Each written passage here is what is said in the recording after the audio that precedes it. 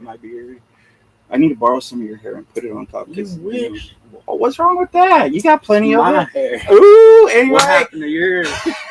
Welcome back to another episode of Unchained with me, Paul Gomez. You got to work on that. You're supposed to say and. And no, I don't have to say and. You have to. And it's English, okay? It's how I know when to come in. That's my cue, kids. And Dylan Moore, also known as hardest working kid in comics. That's I was about right. to say DJ Moore. And we have a great show. We have two amazing guests that we can't wait to bring on. But before we do, we definitely have to pay our bills. So we're going to run up that hill. Uh-oh. Oh, that's okay. Just hit. I didn't tap it this time. You didn't. There you go. And this is our sponsor, which is Geek Out from Burleson, Texas. These are an amazing, great store to stop by if you're in the area. Check them out because they have tons of items, including board games, statues, comics. Yeah, some comics. So definitely check them out. Geek Out in Burleson. You don't have to get out; you just have to geek out. Never heard that before. Well, now you have. Maybe awesome. That should be their slogan. And I want to talk about two quick campaigns real fast, if I could. That first campaign. Pat the Pale Rider, Lori Calcaterra. Got the name right. That's right. That's issues 1 through 4, and our amazing guests are actually tied to these books. I know. That's right. Charter Comics is part of Lori Calcaterra's Path to the Pale Rider on Kickstarter right now. If you're checking out for a few books, this is definitely one to check out. We also have another book we want to mention that real fast. Oh, it didn't go. You got to take the other one. Oh, it didn't. Oh, yeah, you got it. Oh, it still didn't go. Oh, it still didn't go. You're having technical. Oh, it went. There you go. So we have this other book. It's called Razor Wire McGuire. Now, I didn't just choose this because of our guest. Yeah. I actually chose this because this is a Houston-based comic creator, and he's a friend of a friend, I guess you could say. His Kickstarter is on. It's about 18 days to go, and it's about $600 away from goal. He's Houston-based creator Jeffrey Cotton. So again, if you're looking for an interesting book, this is a wrestling type book, and kind of dark, if you will. Check out that campaign if you're interested. Help him out. And without further ado, we have two amazing guests. Let's bring them in. Oh, uh-oh. Yeah.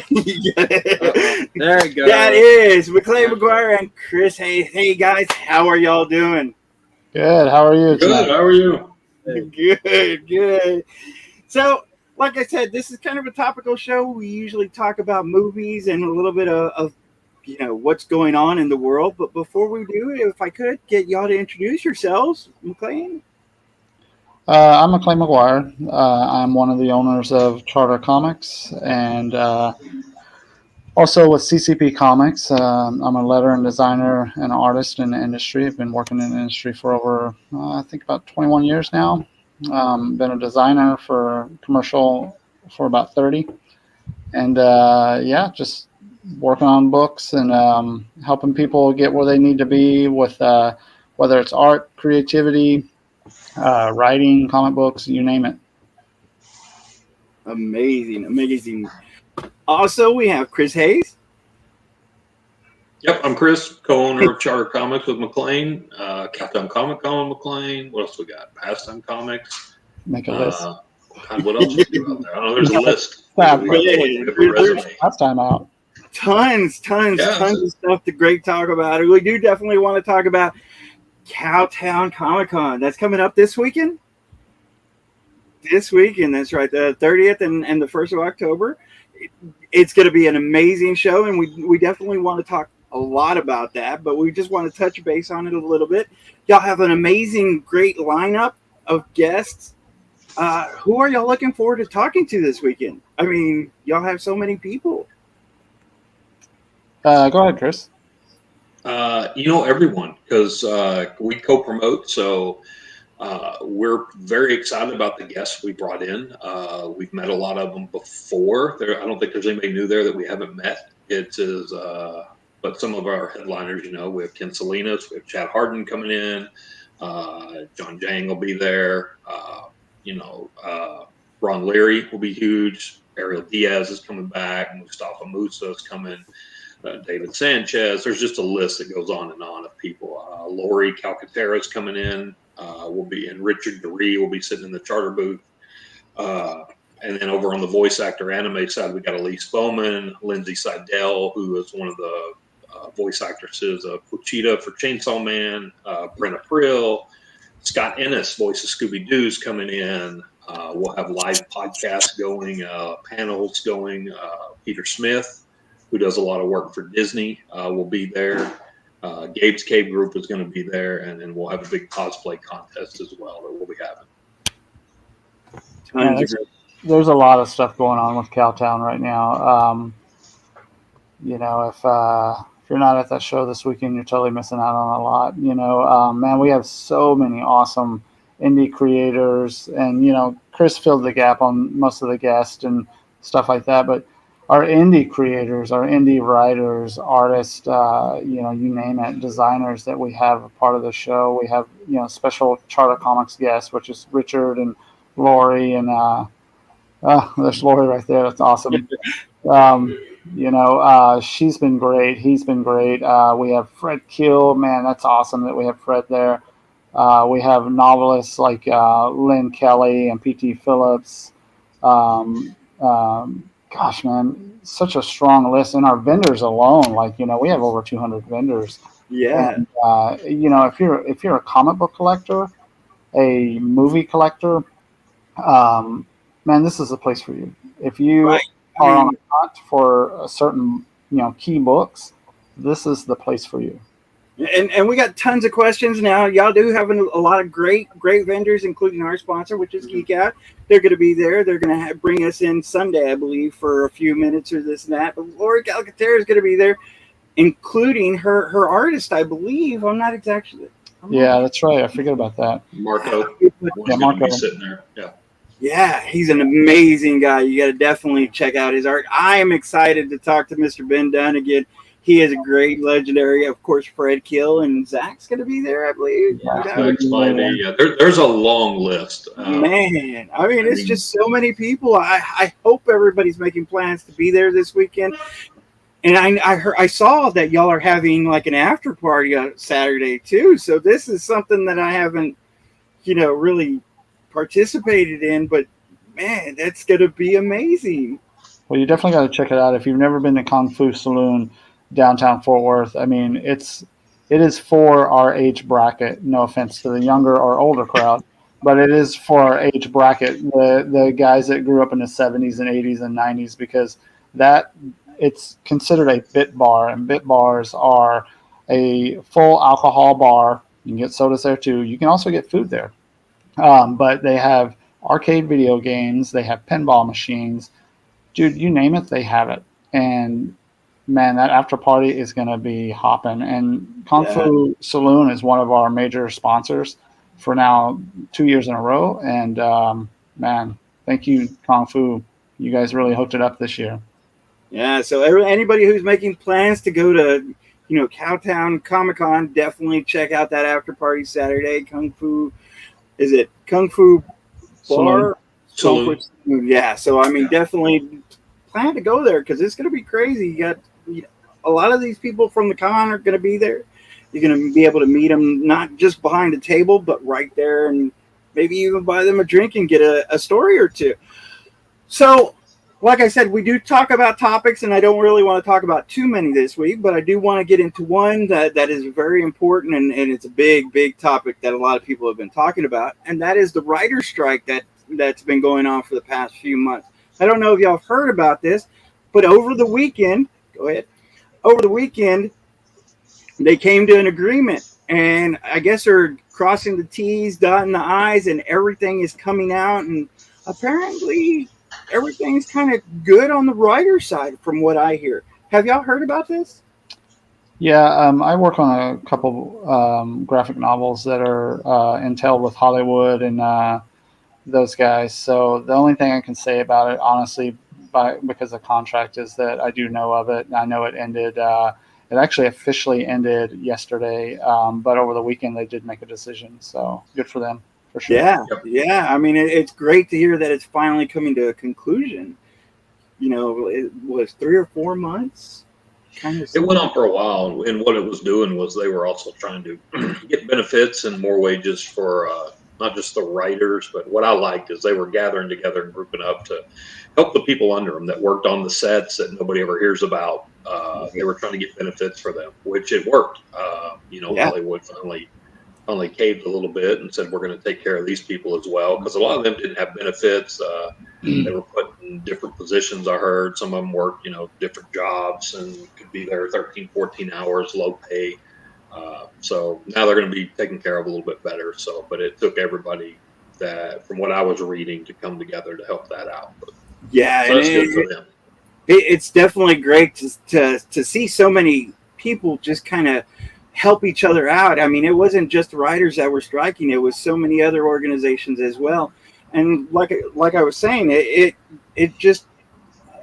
kind of ended. They're crossing all the fine points. But I mean, from what I read, it really was a good, I guess, ending of it. I mean, it came to a really good understanding.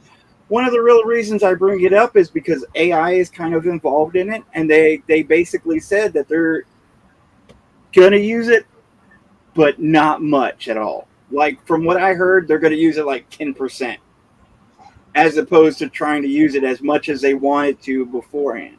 So I think that was a good thing, and I think, I really hate to see AI ever being used, but the fact that they're going to minimize it, I think is good for everybody. Cool. Yeah, we're not big components of AI. Our whole thing is, and we've made a stance too with Cowtown Comic Con, that we're against AI. For one, people like McLain himself. I mean, AI is out there, but people like McLain, like a lot of our friends that are artists, I mean, they make their living on doing that. So for people to come in, like there's a creator out there making a full AI book right now.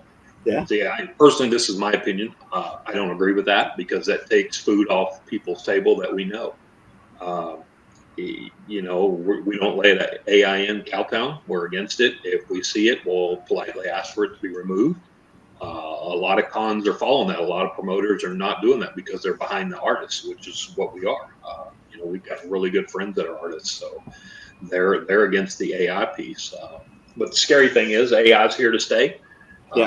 We've been using it for years. AI is out there on pretty much everything you do daily. You can call your phone AI. I mean, really, you can't. If you're going to do a Google search on something, that's AI. It's looking something up for you. It just depends on how you use it. Now, there are artists that use AI, but they use it for a reference. There's nothing wrong with that. If you're gonna pull it up because you need a reference piece, and then they draw off a reference, that's fine. There's a lot of artists that can look at somebody, and that's a reference. But if it's used in the right way that doesn't affect somebody's paycheck, then that's fine. But as far as what it's being used for right now, I know a lot of us are completely against it. Yeah. And it's a topic that's going to be bashed both ways, because people support it and people don't. So. Yeah, I mean, I brought up the subject of maybe everybody getting together and maybe putting a symbol or a sticker on our books that, if you're against it, kind of thing. I know there's a great artist out there, Brent, I forget his last name, but he's actually got a shirt basically saying, this is an AI art kind of thing, and he basically is putting all the proceeds towards kind of a good foundation that are coming in from this shirt. But I mean, it's really good to see people band together again, like with the writer's strike. If you believe that something needs to be changed, then you definitely got to do something about it. Yep, agreed. Stand up. Yeah, so let's talk a little bit about how did y'all come together? I mean, because I've known y'all for so long. I mean, I wouldn't say that I would be here as a creator if it wasn't for both of y'all. I mean, y'all have been so instrumental in me becoming the creator that I have been, but I don't think I know how that y'all came together. Y'all came together with Charter Comics, right? We met on Tinder. He swiped left. No, and this story is, people still don't understand this. It was funny. It was about 5 years ago.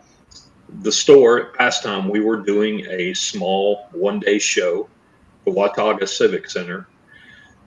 50 booths, 8x8 tables. That's all it is. More toy store, toy show, and people come in, free admission. This is where we first started before we had Cowtown. And out of the blue one day, I get an email from McLain. It's like, hey, I'm interested in your show. Start, listing, hey, love to come up. Oh, great, okay. Hey, I'm going to give you a call and see what it's about. Okay, no problem. Well, then I started looking at his credentials, and I'm like, whoa, wait a minute. You're too big for this show. That's what I told him. I was like, what? This is a tiny, like 50 tables, just toys and crafts, and I mean, pop show, little pop swap. That's all it is. You're this artist, and you do all this stuff for all these people and work for all these people. This is way out. You're way out of our league for this. And he goes, no. He goes, I literally do better at the small shows. So me and my wife are coming. Okay, come on. And he grabbed a couple of tables, and I met him, and he showed up that day, and I think he made a killing. That's when I first met Ken. He didn't have Ken there. Ken didn't come, but he had some of Ken's friends.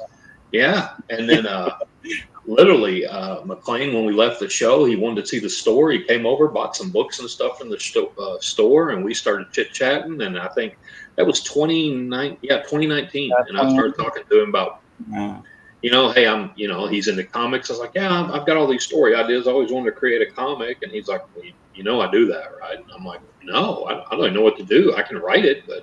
And then from there, we just started working together. And then it exploded from there. Yeah. It's awesome. How McLain, I mean, the phenomenal McLain McGuire, how did y'all decide to make Charter Comics? I mean, I know you were with the brand before. Well, that brand is still there. So CCP Comics, if you think about it, during the merge and things like that, you think about the acronym for Charter Comics is, CCP Comics, so kind of goes into the flow of things. That's the story I'm going to make up. It was a done deal from the beginning because, I'd already spent probably 12, 15 years in the industry working with all kinds of amazing, talented people, building an empire with CCP Comics, which is comics creators publisher, and bringing light to many artists and creators and writers, and their abilities, and doing what they're doing now. Like some of them are working for Marvel, some are working for DC, some are out there just doing their thing like we do every day. And when Chris came along, it was a much needed thing because it was a fresh start again, because every year you should have a fresh start, right? Well, this has a lot of really good ideas, and the horror theme is something that I've always wanted to be a part of, but it branched out from that, horror to sci-fi to superhero and things like that. And we just meshed really well together. We took care of both of our needs on, whether it's writing, creating, lettering, art, whatever it could be, and complemented both ends. And it was a done deal. I think we woke up one day actually and was just like, oh, that's right, both companies are merged, right? It's just like, it's one of those things. And then we made that, kick-ass logo, which was really awesome with the Ferryman, because our hottest selling title for 25,000 copies of Don't Pay the Ferryman, and it still sells like crazy. So much is that the Repop New York Comic Con asked us to do an exclusive just for the book. So that's one of the books that piloted our company. Oh my God, look, he's got it in his hands. Oh man, I've got a picture right down there. Can you pull a picture up? Wow, that's awesome. Slide right there. I was going to bring this up because I wanted to talk about Ken a little bit, but you all do have this amazing cover for Don't Pay the Ferryman. And again, I wanted to talk about Don't Pay the Ferryman because it is phenomenal. I mean, I love it. My son loves it.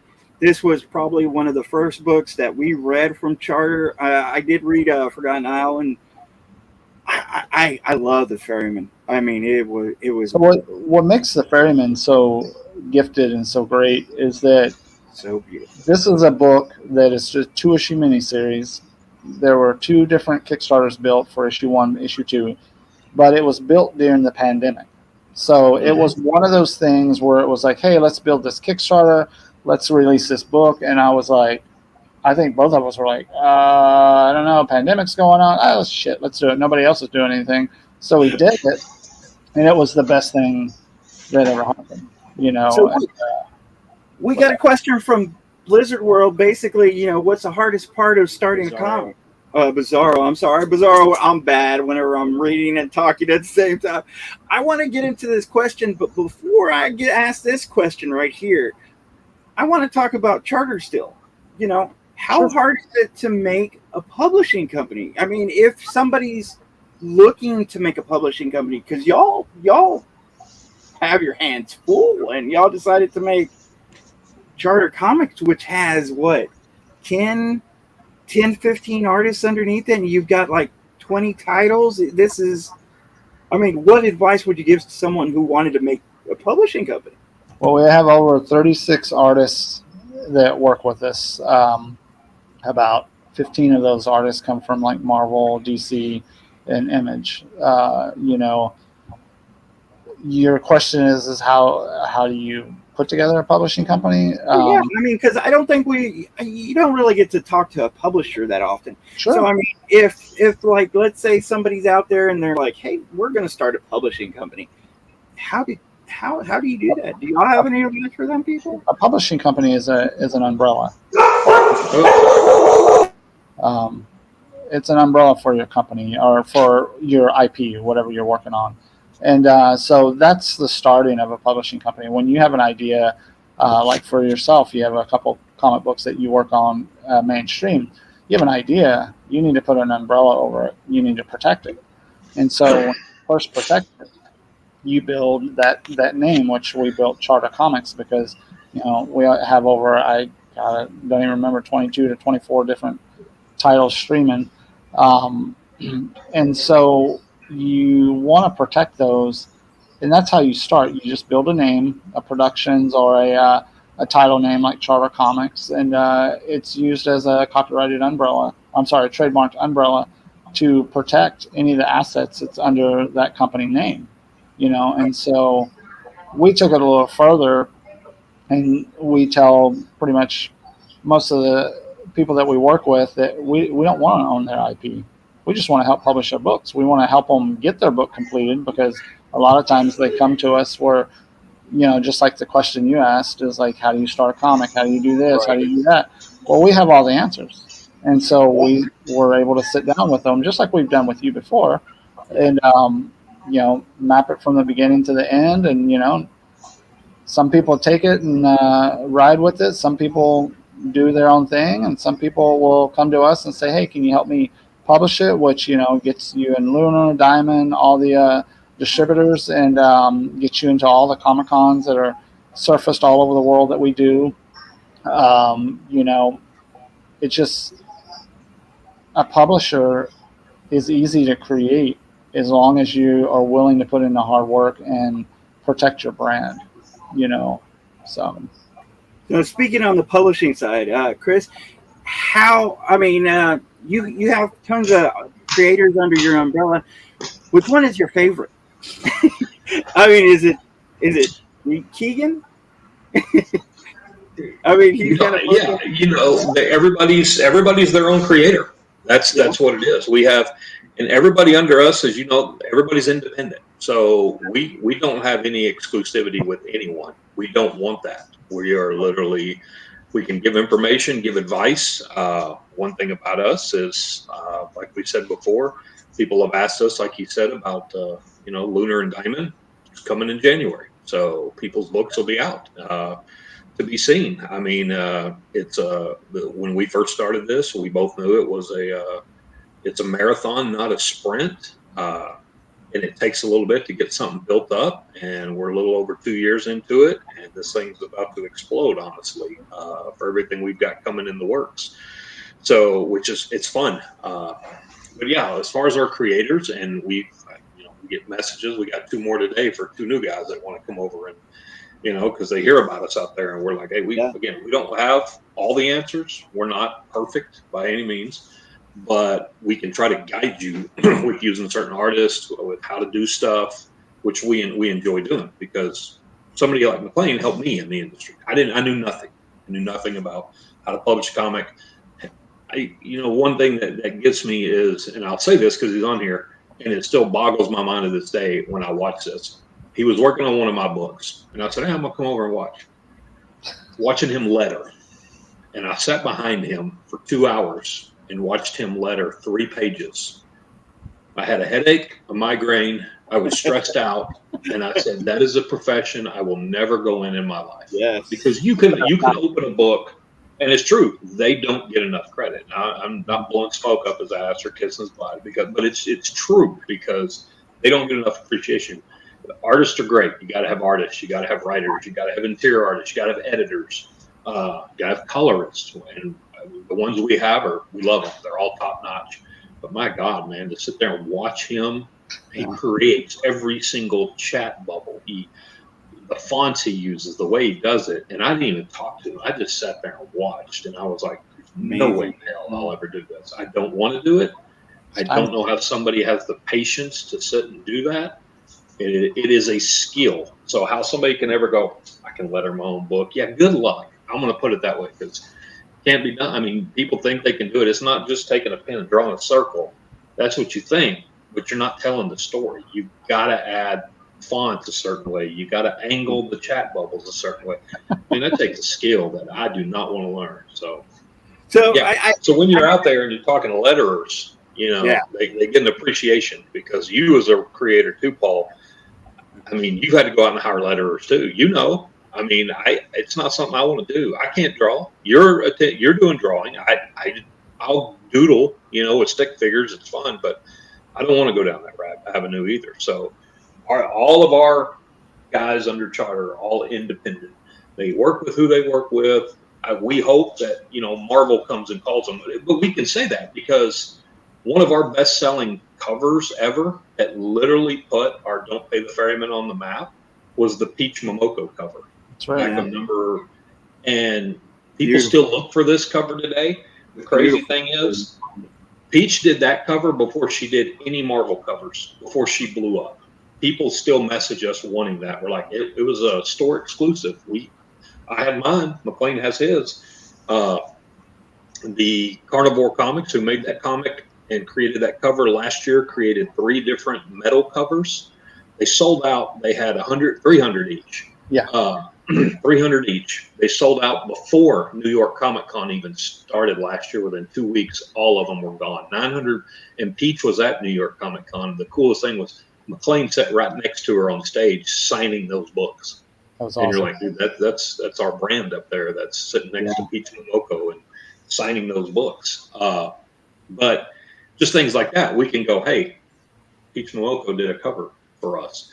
Alan Quall, who does DC and Marvel covers, our first ever cover, Forgotten Isle, was an Alan Quall cover before he made it with Marvel and DC, and it's an amazing cover. That tree still sells that book. That creepy tree is on that cover, still sells that book. So, yeah, Ariel Diaz has done stuff. Yeah. Marvel covers, DC, William Russell, Martin Zavala. I mean, we've got a ton of artists. Ken Salinas does a lot of things. So, he's done a lot with Image. So it's just we use a lot of good artists and creators. So there is no favorites. To me, they're all equal, and you got to have them all, and everybody has their own unique style. And it's great to see so many people band together and do something. I always say, whenever you're making a comic, it's like a dance. You have to have the right partners. You have to have the right people in place. Now, I got one other question about the publishing thing, but I want to go ahead and, if y'all could answer this, what is the hardest part of starting a comic book? It's a tricky one. I think it's all equally difficult in a way. Not one person has it better or worse than the other. That's a hard question to answer, because from the creativity to the writing a script to, getting an artist to draw it and visualize what you're visualizing, and then somebody to ink that guy's work, and then the colors to come in and give you the proper colors that you're visioning that the artist had in mind, and then somebody like a letterer and a designer to come in and kind of fill in the blanks and help the dialogue flow through the book. I mean, everybody has an equal thing. I don't know if I could answer that question properly to say what's the hardest or the easiest. I mean, it's a matter of time and time management, organization, and having a proper team to do it with. Yeah, I think a lot of it is just exactly what he said, and depends on what side. As a creator, Paul, you came to us with PTSD. Your very first one, you walked in our store and was asking us, just like I did with McLain. Hey, I got this story. I don't know what to do. No, I did that with McLain. Well, you got to panel it. Well, what does that even mean? I mean, that's so. Once you learn all that, it's literally the terminology. Once you start learning the steps, it becomes easier. It's still never easy on each book because something can always happen, right? As a writer, I think my job's the easiest because I can write it and I see it in my head. Yeah. But then you've got to have the artist who's going to do the interiors bring that story alive. If it's not what you like, you got to have it redone. You have to talk with that artist. And then you got your letterer who has to bring those words out like you want them in certain moments and of the book. If it's something that's happening that needs to be a focal point of the book, then the letterer takes care of that point. And then you've got to have an editor, which you got to have a really good editor that can go in and say, well, you screwed up. You got a lot of grammar issues. And I get that a lot on mine. So it's got to be fixed. And then you make the editor mad because I don't know how many times we sent the edited form back to McLain for lettering. And he's like, I just did this. Well, I screwed up and messed up again. So, yes, I mean, there's just like you said, you got to have a good team. And it's 6 or 7 people per book to make that team. And then, you got to find the right cover artist that's going to hit that style of the book you're looking for. And that's important because I don't care what you title your book. A lot of people these days want the covers and they're out there for art. I mean, I'm an art guy, so I will buy a book more than I will read it. And that seems to be the world these days. So if you've got a cover that catches somebody's eyes, then most likely they'll open it and read it. This happened to me in the store one time. I think I was on the phone with McLain. He was still living in Austin. And I was like, oh, man, I'm a big pirate guy. Man, we got this new book in. I can't remember the name of it, but it had this cool pirate ship with this skull with this eye on it. I'm like, oh, my God, that's going to be freaking awesome. So I buy the book. And I sit down. I go to read it. There's nothing to do with that. It was about 2 teenage girls and their troubles in high school. Nothing to do with pirates. Nothing to do with the boat. They weren't in by water. There was nothing going on. And I was like, what is going on here? What is happening? I made it probably 10 pages in and I closed the book, flipped through it. No pirates, no killing, no nothing. I just closed it, put it back on the shelf. I was done. But it was, but you know what? The cover got me. So if I didn't own the store, we didn't have it, then I'd have walked out of the store, bought the book and went home and they, I had it sell, but I don't know. But cover art always sells books. Yeah, definitely. So the last publishing question, now we got another question that came in, but the last publishing question that I really had was, and if y'all don't want to answer this, I definitely understand. Do y'all take submissions, or how would a creator, talk to y'all about coming under charter? Yeah, of course, we take submissions. We look at everyone's work equally, and we don't judge or anything like that. We take it in. We take a look at it. We do not take submissions at shows. Just FYI for people. I would rather, Chris and I would rather do it on a meeting basis, one-on-one basis, those kind of things. But it's all about a healthy script. It's not even as healthy as like how well it's written. It's like, what's the story about? Where do you want to go with it? What's your plan? Well, have a proposal. Don't just say, hey, I'm a writer. I like to write comics and this is my script. And then go, well, what do you want to do with this? How far do you want to go with it? Who are you trying to make everyone feel good and feel bad about, in the story? Like, where are you at?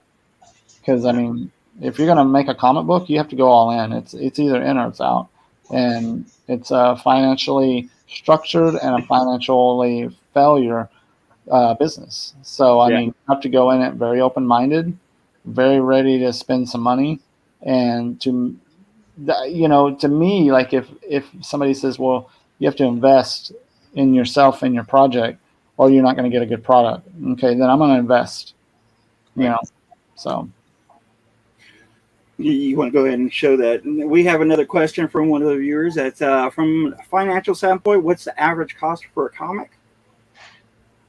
And that's an open-ended question because Paul, yourself, being a creative writer, like you're not paying yourself, so then you go out and you have to financially structure yourself to find an artist that can draw pages for your budget.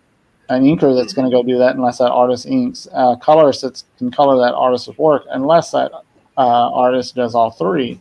And then you got to pay your letter, and then you got to pay, your production cost and your editors and your printing. I mean, man, I wouldn't even be able to give you a number. You don't even want to know how much I just paid for 3 issues of a book. I know. So. A book, and I got that phone call the other day. Gosh dang it. Oh yeah, you know this. I would say honestly, minimum, and this is lowballing, to start on one book is $2,000. Yeah, that's a good number. And then again, you're hoping, and Paul, you've created a few, it's not cheap. People think, oh, it's comics, it's easy, blah blah blah. No, it's not easy, because again, there's so many working pieces to create that book. And you start with, okay, well, I've got the story, I'll find an artist. Okay, well, you find an interior artist. Well, those can range from, depends on the art style and how good you want it and how detailed, $35 to $100+ per page. Yeah. Well, that's just pencils and inks. We're not even at the colorist yet. Then you got the colorist. Then you got to pay the letterer. Then you got an editor you got to pay. Okay, how many covers you want? Well, I want 4 covers. Yeah, let's not forget about that part. Yeah. Okay, well, cover. There are covers that can go from, and I'll be honest, I've paid $1,200 for a cover before for one of my books. You want to get a name out there, you're going to pay for it. Yeah. I trade work for work sometimes, so it all depends. I mean, this is one thing when people ask us. We're always honest. We'll be like, right, and people will take that advice or they won't. But this is what we try to tell people. It's not, you're not going to get into it for $100. Yeah. That's not going to happen, because then guess what? When you're all done with the artwork and the whole book and you're ready to go, what do you got to do then? You got to pay to print it. He's exactly right. And, there's no artist or writer or inker, colorist, letterer that is best when they charge $10 or best when they charge $100 per page or whatever. And it's always the attitude of the person, a good attitude, how well their work ethics are and things like that. I try to tell people that, you want to start a comic book, you really got to be in it for the long haul, because you don't want to get halfway through it and be like, I don't want to do this anymore. Well, you've already spent half your money. Yeah, I mean, I agree. I really think it depends on the quality that you want. I usually tell people it's about $3,000 for a 22-page book, but it really depends on who you're dealing with and the, like I said, the quality. Yeah. I want to talk about Pastime Comics, if y'all don't mind, because this is a place that really started me out, because I went around to all the comic book stores that I knew in the DFW Metroplex and was looking for an artist. And it was Pastime that I found. I've told this story a million times. I went in, talked to Chris, and he's like, we've got an artist coming in this weekend. Come talk to Mike Kinson. And he sat down with me for an hour at Pastime. And I think it was that moment that made me decide that I wanted to put a book together that was able to sit on a shelf at a comic book store. Pastime Comics has grown so far in the past 4 years. Can you talk a little bit about that? Yeah, I mean, we started that. Literally, Julian and I started that. Brian came on. We were at Trader's Village in 2018. into 2017 and 2018 at Trader's Village selling Funko Pops. And we just then decided, it's kind of like me and McLain. We're like, we don't have enough to do. Let's just go ahead and get a storefront. Why not? We all have full-time jobs. Let's do it. And sure enough, we did. We found that spot in Watauga. Just driving by one day. It was like an omen, just out of the blue. I always told myself, I used to have a baseball card store. And I always told myself, driving down Western Center, man, if a spot right there ever opens by that school, I'm going to grab it and put a store in there. Sure enough, driving by one day, and there was a wreck on 820. So I took that route to go home. If that wouldn't have been a wreck on 820 with the freeway backed up, I had no reason to go down Western Center to get it back to, North Fort Worth. Just went down, just happened to look. I'm like, oh, look, for lease. Turned around, pulled in, found the spot, called Julian. Hey, come out, look at this. 30 minutes, he looks. The next week, we're talking to Brian. We're signing the lease. And then from there, I think we were over there for about 2 years. Karate Studio was next to us. We were small. I mean, we weren't 700 square feet. It was little. But then the COVID happened. And then right after COVID, the Karate Studio went out of business, which was sad. I mean, almost benefited us, but it was sad. He didn't have any students. He's been there 19 years, but worked out for him because he's a manager, moved up north, so the guy's happy. But yeah, so we moved into the big spot, and it's been growing ever since. McLain came in. He's one of the owners. There's 4 of us. We got a couple of employees. But over the last year, we're on our 5. We just celebrated our 5-year anniversary. That growth plan of that store has exploded. The back issues we have in there, the things we're doing in the store, the events we hold, we're big in the community. So, we've got our own little niche. We're still one of the smaller stores around. I mean, we got 3,200 square feet, but we're one of the newer stores. And so that considers a small one. I mean, the size of the store doesn't matter. It's, we've been around 5 years. There's stores around us are all great stores. Your sponsor, Geek Out, we go down and see Charles. We love his store. McLain and I have set up in there. We go down and see him. We love that store. So he's supportive of us. We send people to his store. He sends people to our store because he's a big gaming store. We're not. We don't have gaming, but people come in all the time looking for gaming stuff. Yeah, it's 35, 40 minutes down the road, but they'll drive that to go down and find stuff that they're looking for. So we're always telling people to go down and check out his store. So his store's great. Yep. But yeah, I mean, our store is growing. We've got a lot going into it. We've got a good group of people behind it. You'll see more from the store. We always say our journey is just getting started with that. It's a lot of fun. A lot of things we're doing at Cowtown.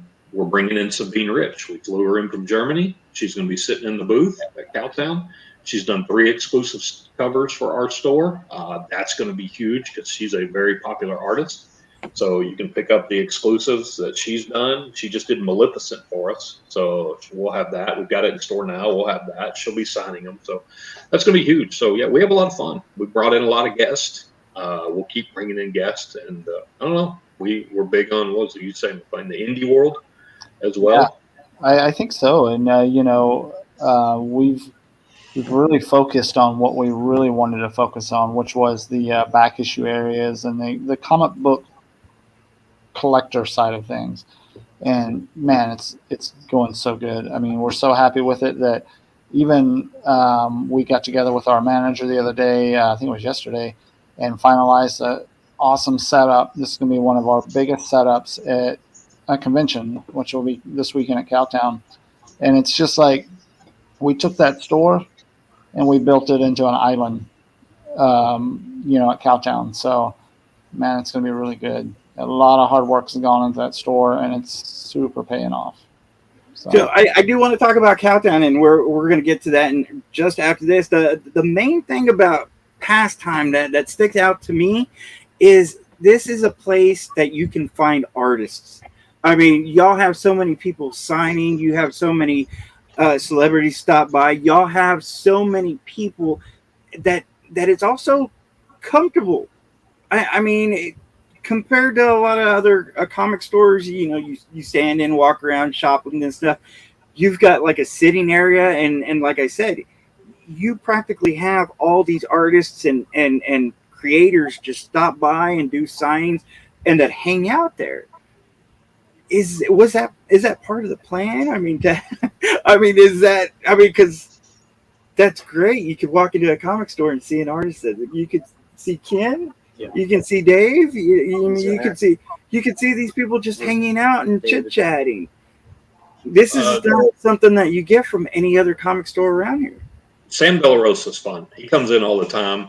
He'll be in there just shopping, and people will come in, and it's fun because Sam will be over there going through books looking for Spider-Man books. He'll get them and take them to shows and remark them. But it's great when people come up and they're buying a Venom book, and we're like, "Oh, have you guys ever heard of Sam De La Rosa?" "Yeah, man, really, man. What do you like about his work?" And Sam will be kind of standing by him. They have no clue, right? It's some of the greatest Right. stuff.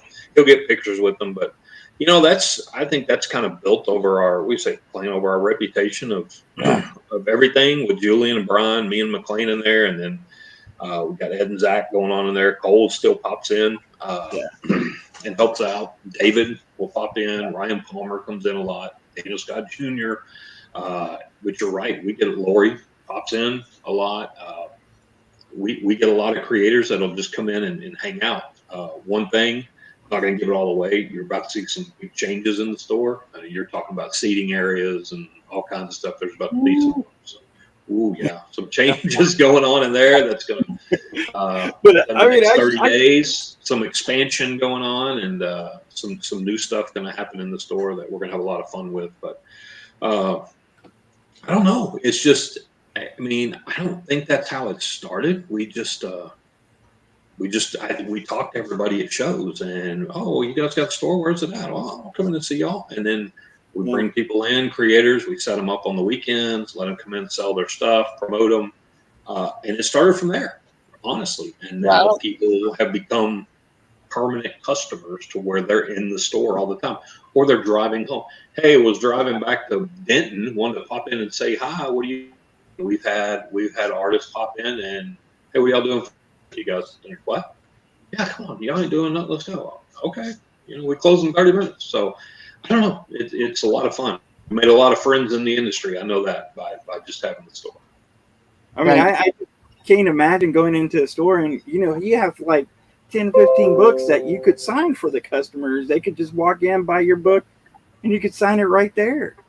Yeah, we carry every independent creator, artist that's in the local area. We carry everyone's books. We have a whole section for it. And, we've never used a tagline where we're like, hey, come visit our store, buy something. We've never done that. We've always just been like, hey, come out, hang out with us. Let's talk shop, What is our tagline? We got the best tagline around. We are the North Texas. What is it?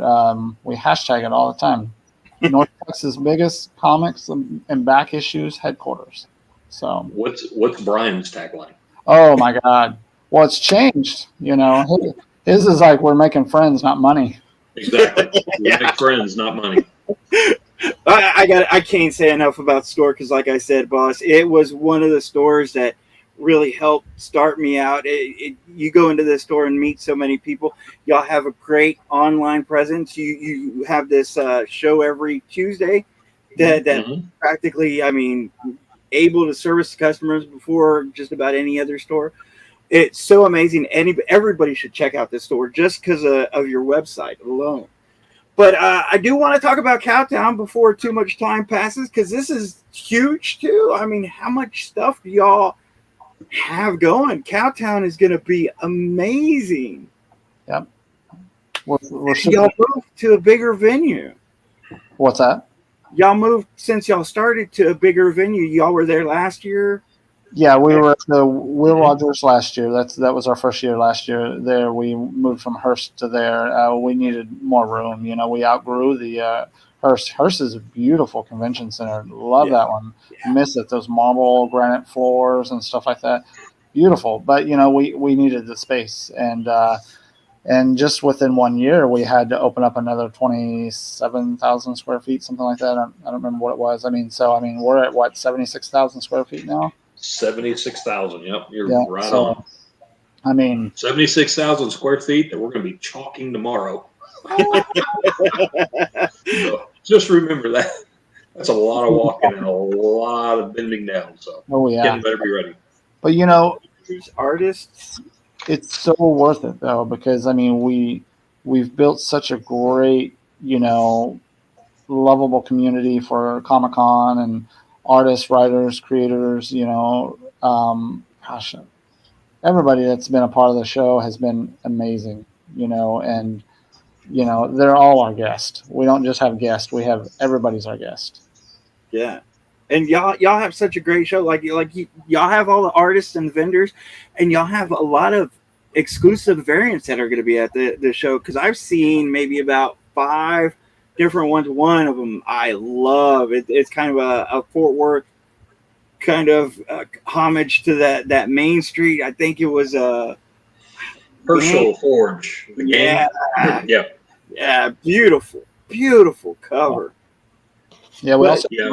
Cycle South 2 is an exclusive as well from William Russell. Dude, that's a dynamite cover. I mean, I think he hadn't even made it to the show yet. And he's probably halfway sold out.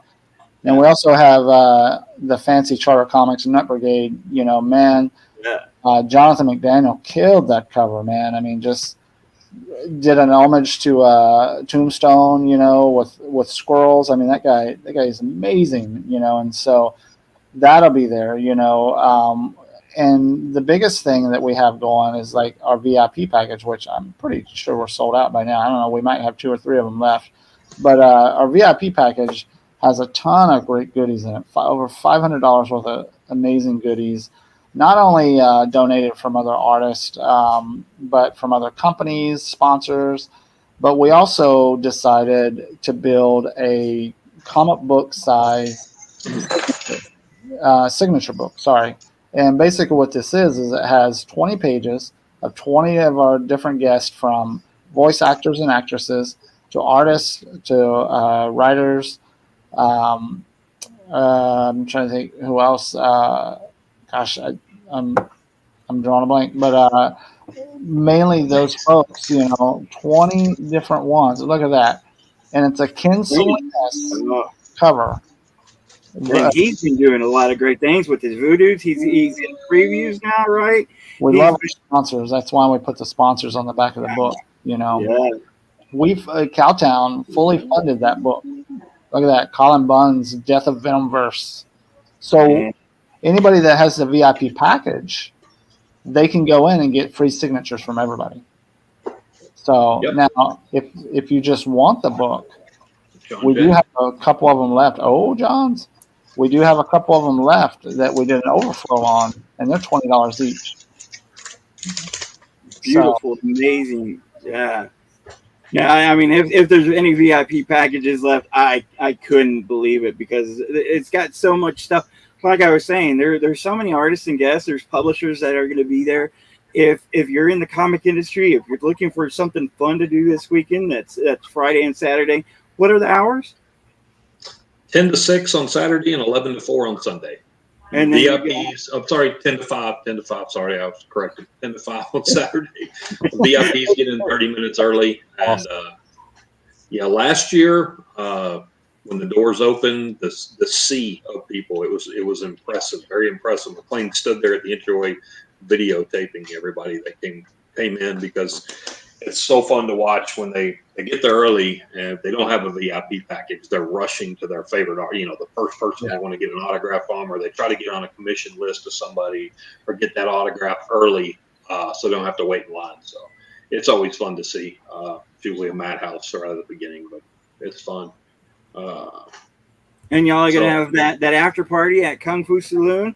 That's going to be amazing. And then, like I said, I don't know. I mean, I'm going to be there Sunday, definitely. And I'm going to be talking to some of the people. It just, somebody's going to miss it, but he's going to be out of town. He said he wanted to go see Ken, because he loves hanging out with Ken, and he loves Ken's artwork. But, you know, it's one of those things. There's going to be amazing artists. Amazing. Also, we have guest cosplayers there, and the 501st. And so we're going to be doing a cosplay contest at 3:00 on Saturday on the main stage. So, man, check it out. DJ V's put a lot of work into it. It's going to be a lot of fun. She's our poster person for cosplaying. So, I mean, you've seen her dressed as Harley all over our flyers. I mean, she's going to be doing the cosplay contest. So, you guys that are listening out there, you know, you dress up, come in, sign up, have fun. It'll be a blast. Guys, I know y'all got a show coming up right after this, so I'm going to let 5 y'all go. minutes. Hey, do y'all have anything y'all would like to say? Where can people contact y'all? I've got some information in the notes, but I mean, Hey, we hope everybody comes out this weekend to Cowtown. It's at the Will Rogers Center in Fort Worth. If you want to talk to us about comics, about books, we're at Pastime Comics. You can get a hold of us there. Charter Comics Facebook page, website is all submission form is on there as well. But we appreciate you having us on. This is a lot of fun. Yeah. We always like coming on talking. yeah. Wish we had more time, but yeah, we've got a claim sale going over on the Charter Comics site here in about 5 minutes for the New York Comic Con. Yeah, boss, yeah. Yep. It's going to be awesome. It's great having y'all. Thank you so much. And like I said, I don't think I could have done it if it wasn't for both of y'all. You know, McLain, I feel like you're a partner to me sometimes. Boss, you have given me so much information and so much help. I want to say thank you. This is, or did y'all have anything else y'all needed or wanted to say? I'm sorry. No, I just said, of course. This is, who are you? Dylan? I don't know. I'm sorry. I forgot my name. Hardest working kid in comics on eBay. You can check him out. That's Dylan Moore. My name is Paul Gomez, and just like I say on every show, if you have any questions, anything you need answered, you can check me out on Facebook, Instagram, or Twitter on Paul Gomez 790. If you're just having a bad day and need to talk, I am definitely here. Paul Gomez 790. I'm usually on Facebook. This is McLain McGuire, Chris Hayes, Cowtown Comic Con, Pastime Comics, Charter Comics. Thank you guys. Have a great week. Thanks for having us. Thanks, Paul.